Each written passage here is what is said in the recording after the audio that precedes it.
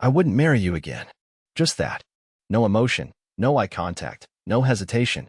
She said it over steamed carrots and grilled halibut like it was a harmless truth. Like, oh, by the way, we're out of salt. The sound in the room went thin.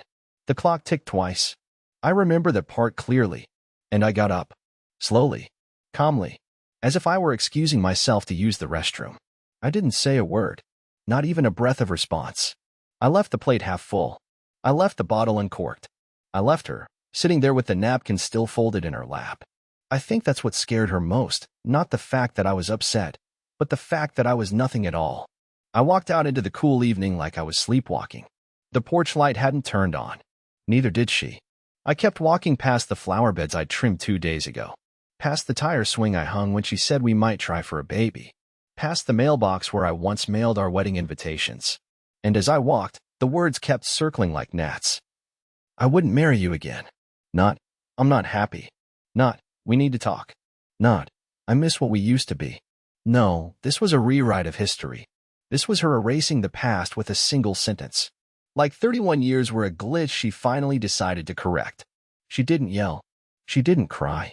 She didn't even glance up from her plate. And maybe that's what finally broke me. It wasn't betrayal. It wasn't infidelity. At least not the kind you catch on a phone screen or in crumpled hotel receipts. It was something colder. It was someone who once ran barefoot through the rain to kiss me at my car door, now unable to look me in the eye. It was someone who used to whisper, "Stay a little longer," now silently hoping I wouldn't return from the garage. I didn't go far that night. Just the train station bench a mile and a half down the road. The same place I used to sit and wait for her after night shifts. Back when she wanted to be found. I sat there for 3 hours. And when I finally got up to leave, I realized I had nowhere left to go where I hadn't already been replaced. I don't know how long I walked after that. The street lights blurred into soft yellow halos, and the distant sound of lawn sprinklers became white noise behind the thoughts clanging in my head. I remember passing the diner where we used to go on Sunday mornings, before she stopped waking up with me. I paused at the intersection where I once kissed her in the middle of a red light because we were young and reckless and thought nothing bad could ever touch us. And yet here I was, older, slower, walking alone with my hands shaking from nothing but a sentence she said like it cost her nothing to deliver. I ended up at the 24-hour laundromat. Not because I had laundry, just because it was open, and I didn't know where else to exist. I sat in a cracked plastic chair next to a humming dryer and stared at the spinning clothes someone else had forgotten to pick up. Around and around. Mindless cycles. Predictable patterns. Like our marriage had become. I pulled my phone out 3 times. I didn't text her. I didn't call. I wanted to God. I wanted to say something. Ask her what she meant. Ask if it was a test, or a bad joke, or a cry for help. But I didn't want to give her the satisfaction of knowing she still had the power to pull a reaction out of me. Because the truth is, I think she wanted me to react. I think she wanted me to yell or cry or argue. Something. Anything that would give her a reason to play victim. But I didn't. I gave her nothing. And maybe that's why she still hasn't texted either. Because now we're both locked in this unbearable standstill, waiting to see who'll blink first, like some pathetic emotional standoff between 2 people who once said forever with trembling hands and matching rings. I eventually walked back home just before sunrise. The sky was pale and bruised, the kind of light that makes everything look washed out and fragile. Our house sat there, still, ordinary, untouched, like the night hadn't happened. Her car was in the driveway. The porch light was on. My plate was still on the table, food congealed and cold. Hers had been cleaned and put away. No sign of her. No note. No noise upstairs. It was like she'd vanished into the walls. Or worse, like she hadn't even noticed I left. I didn't sleep. I sat on the edge of the bed and stared at the closet she used to leave open on purpose, just to smell my shirts when I was away. Now, she kept it shut tight. I noticed for the first time that the scent of her was gone. Her shampoo, her perfume, all of it. Just gone. There was an eerie sterility to the room now, like it didn't belong to anyone anymore. And that's when I saw it. On the nightstand, tucked beneath a random flyer, a small, folded receipt. From a hotel. Dated 2 nights ago. Her name on the check-in line. 1 king bed. Just one. The address wasn't far, only 15 minutes from our house. No conference name. No event. Just a room. I don't know why my hands didn't shake. They should have. But instead, I felt this stillness inside me. Like when you're driving on black ice and your car starts sliding, and you suddenly know you're not in control, and yet you're completely calm. That kind of stillness. I placed the receipt back exactly where I found it. Not because I didn't care, but because I finally understood. The sentence she said at dinner wasn't a careless truth. It was a warning shot, a subtle beginning to her exit. She was already gone emotionally, physically, spiritually, long before I ever got up from that table. And I had been too quiet, too kind, too blind to notice. But not anymore. Something had shifted. In her. In me. In everything. And I wasn't sure what I was going to do next. But I knew it wouldn't involve sitting still anymore. I spent the entire day moving through the house like a guest. Every drawer, every cabinet I opened felt slightly unfamiliar, like they'd been touched by someone else, adjusted, rearranged. The kitchen, once full of the clatter of us making pancakes on Saturdays, now echoed in silence. The more I looked, the more I noticed small shifts that should have screamed at me sooner. My cologne had been pushed behind a new perfume bottle I didn't recognize. My book was missing from the nightstand, replaced by one of those self-help books with titles that sound like thinly veiled threats. She used to read poetry.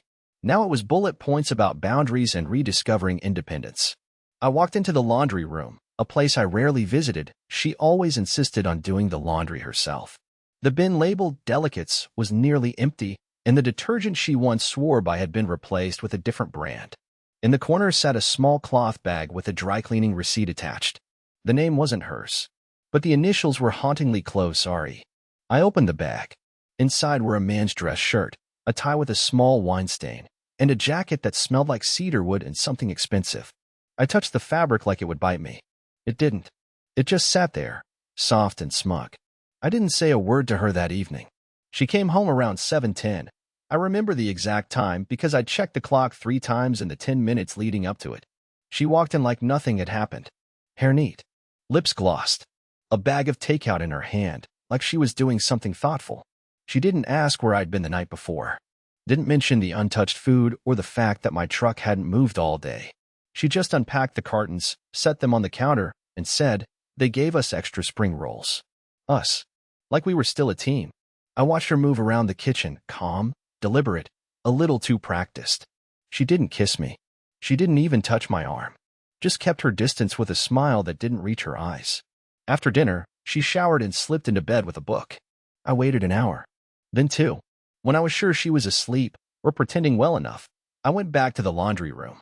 I took photos of the dry cleaning receipt. The tag had a phone number on it. I sent it to myself and deleted the message. Then I picked up the shirt again and looked inside the collar. There was a stitched name, Randall E. Morgan. That was when my stomach dropped. That name. I'd heard it before. Not recently, but definitely not that long ago either. I went to my home office and pulled out an old envelope where we'd stashed invitations and programs from events she'd dragged me to. There it was, a brochure from a real estate fundraiser last fall.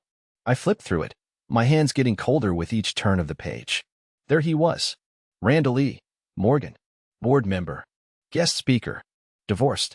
There was a photo, too. Suited, smiling, mid-40s, salt and pepper hair, sharp cheekbones, and a grin like he never lost. I remembered him now. He'd shaken my hand at the door with too much confidence, and I'd felt invisible in the room every time he walked near her. She'd introduced him as Randy. Said they worked together on the silent auction. I didn't think twice. I trusted her. I always trusted her. God, I'm such an idiot. I don't know why I kept quiet even then. Maybe part of me wanted to collect more. Proof. Something undeniable. Or maybe I was afraid that speaking would make it real. Because once you say it out loud, once the word, affair, escapes your mouth, you can't take it back. It becomes a new truth.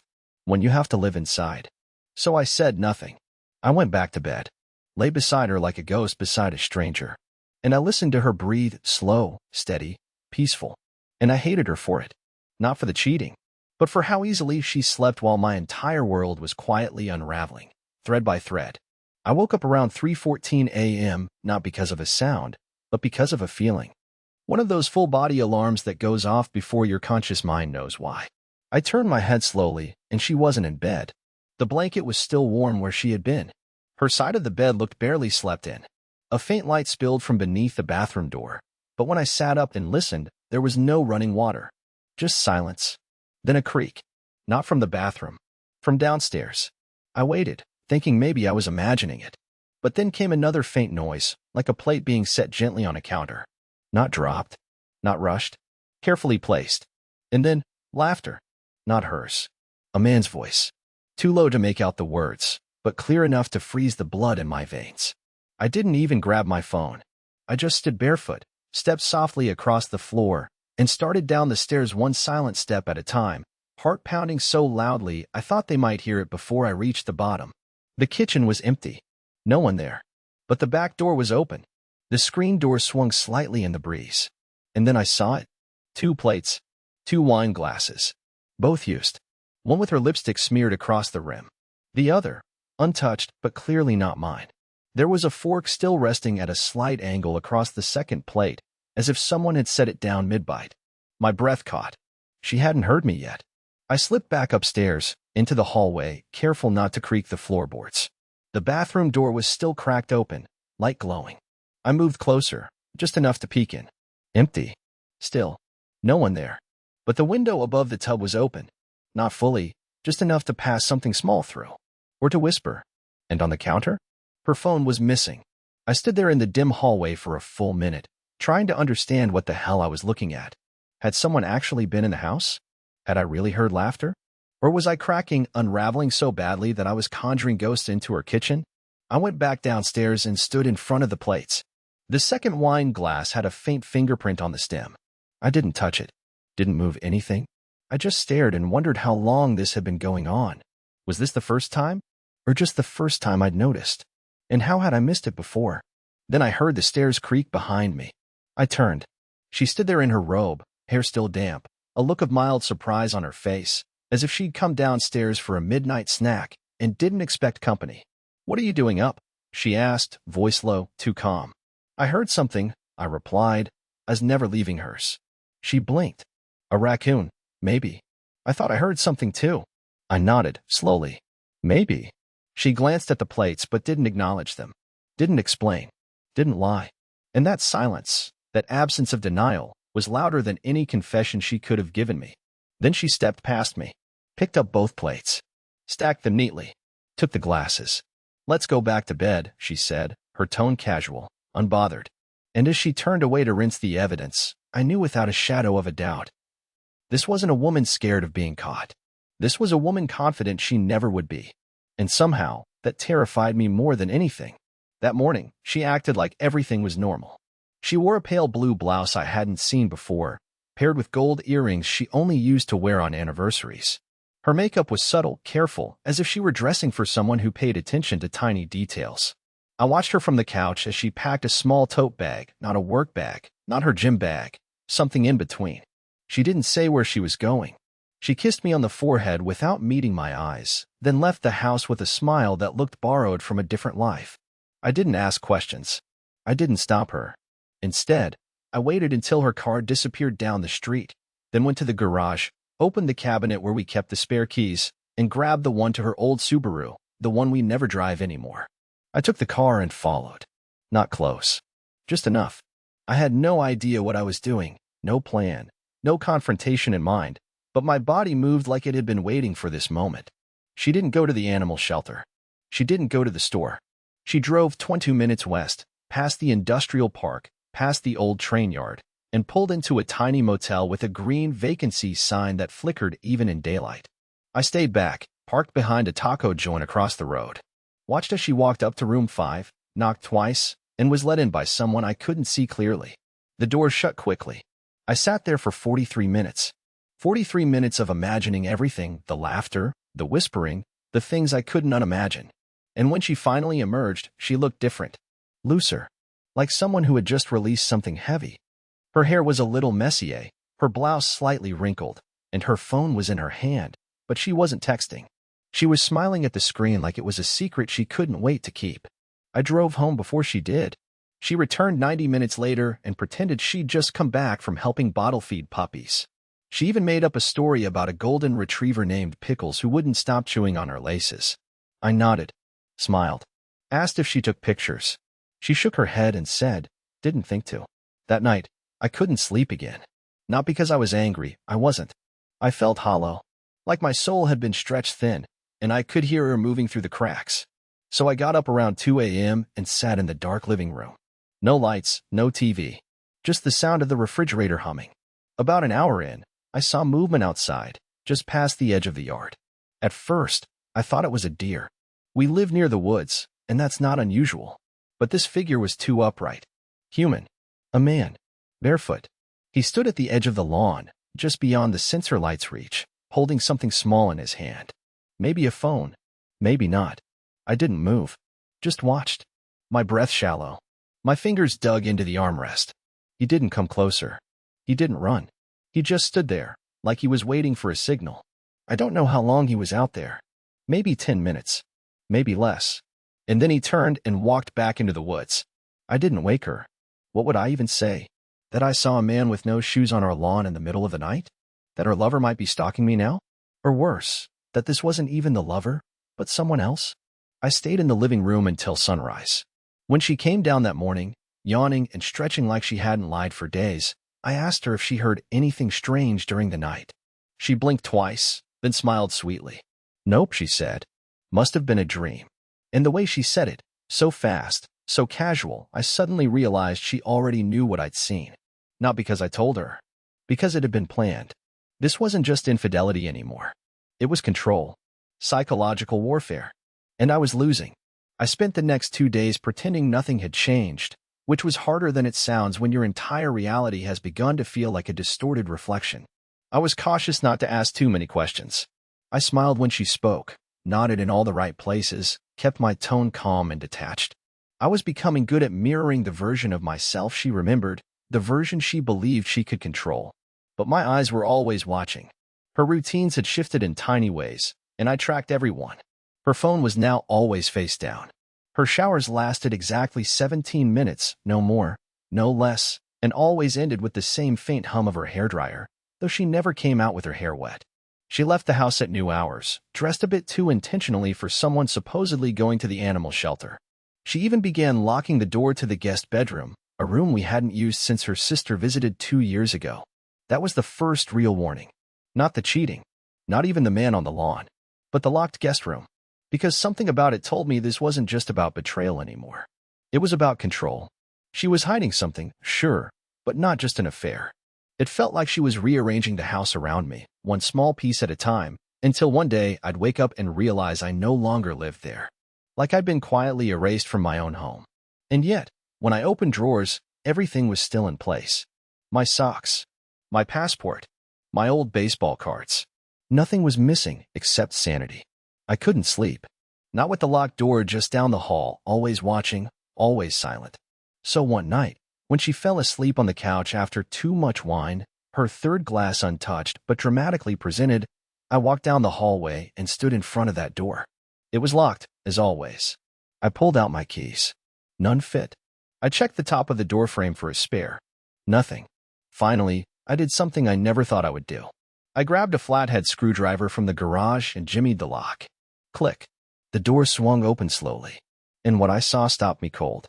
The room was almost completely empty, except for one thing, a small wooden desk against the far wall.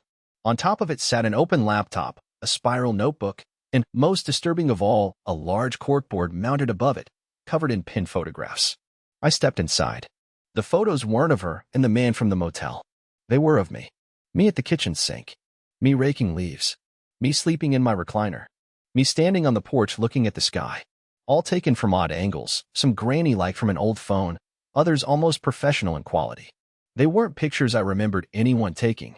Many looked recent, from the last few weeks. One was from just yesterday, me staring out the front window, backlit by the lamp. There was a pattern. Each photo had a date written in red ink underneath. Some had little notes scribbled next to them. Words like detachment increasing, verbal fatigue, routine stable, and the one that made my stomach flip, phase 3 starting soon. I didn't know what phase 3 meant, but I knew it didn't belong in a marriage. I looked through the notebook, pages filled with entries. Not quite journal entries, but more like observational logs. Things like, subject responded passively to trigger. Emotional compliance remains consistent. Unexpected confrontation avoided. Reinforcement required after incident. Subject, they weren't written like a wife documenting her life. They were clinical. Detached. Like I was a study. An experiment. I closed the notebook slowly and backed out of the room, careful to leave everything untouched. I relocked the door from the outside, returned the screwdriver, and sat in the living room in complete silence. At 2:11 a.m., she stirred from the couch, stretched, and walked right past me. She didn't look surprised I was still awake. She only smiled faintly and said, "You should really try sleeping more. It's not healthy to stay up like this." Then she kissed my cheek and went upstairs. That night, I didn't just feel betrayed. I felt monitored, predicted, pre-controlled. And I was no longer sure this was even about love or cheating or revenge. This was something else. And I was starting to think I was the last one in the house to realize it.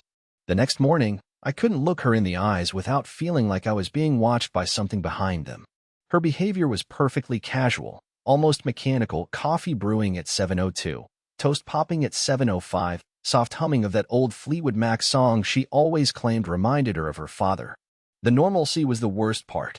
It made me feel insane, like I'd hallucinated the entire room of photos, the red ink notes, the phrase Phase 3 starting soon. But I hadn't. It was real. As real as the creeping sensation that my own house no longer belonged to me. As real as the hollow feeling in my chest when she kissed my forehead that morning and left for her shift at the shelter. Except I had called the shelter 30 minutes before she left. The manager, an older woman with a raspy voice named Colleen, politely told me that Jolene hadn't volunteered there in almost 3 weeks. In fact, she hadn't even picked up the new T-shirt they ordered for her. "Is she doing okay?" Colleen asked kindly. She seemed distracted last time we saw her. I told her she was fine. Then I hung up and sat completely still at the kitchen table, staring at the coffee growing cold in front of me. This wasn't about an affair anymore. It wasn't even about love or loss or marriage. It was about something else entirely. I pulled out my laptop, the one I kept in the garage, hidden behind an old toolbox, and began looking up the name I'd seen stitched inside that dress shirt, Randall E. Morgan. Turns out, he wasn't just a donor or a fundraiser guest. He was also the listed director of something called the Calderwood Institute, a vague but well-funded organization based 3 towns over. Their website looked clean and sterile, all stock photos and buzzwords like relational optimization and behavioral recalibration therapy. I dug deeper. No real names listed beyond board members.